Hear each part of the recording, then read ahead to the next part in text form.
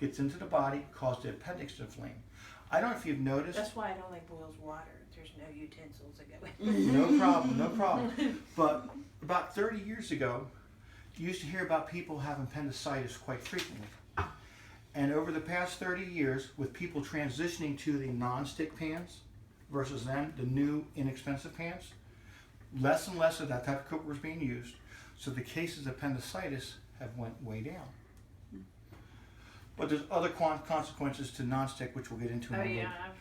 We'll get into in just a little It also bit. used to be the great thing, and now it's like, no, it's really not that great Okay. for you. Okay, so ladies, normally if you're going to cook carrots, corn, peas, and some cabbage, you're not making mixed vegetables, soup, or stew. How many pans would you normally use for those 4 vegetables if you wanted to be separate vegetables? I mean, I guess you'd use separate paint. I mean, I don't know, I guess it depends. I mean, Well, most people, if you want them to be separate vegetables, not flavors mixing, you'd use 4 pans. Yeah. You'd use 4 burners. You have to wash 4 pans. So we're going to do it all in one pan. This is our 11-inch skillet.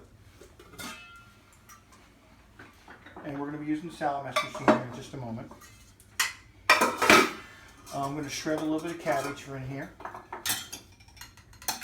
And just move that away. So, oh, by the way, there's 5 different blades. They have little numbers on the bottom. 1, 2, 3, 4, and 5. 1, 2, and 3, chop, grate, and grind. The smaller the number, the smaller the cut. 4 and 5, slice and shred. Okay, when you use it, pinky here, thumb here, you're not going to cut yourself. No cutting on the inside. If you jam your hand down there, that's where you get the surprise, and you don't want the surprise. Okay, so I'll do is I'm going to take cabbage, just kind of go like this.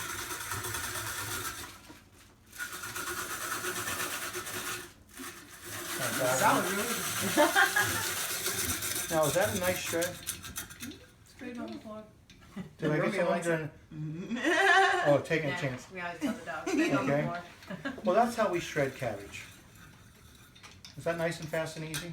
Yes. Okay, so what I'm going to do right now is I'm going to push this all to one side. Because again, we're going to cook all this in one pan. I'll just use this lid. Now I'm going to rinse this off. We're going to... cabbage.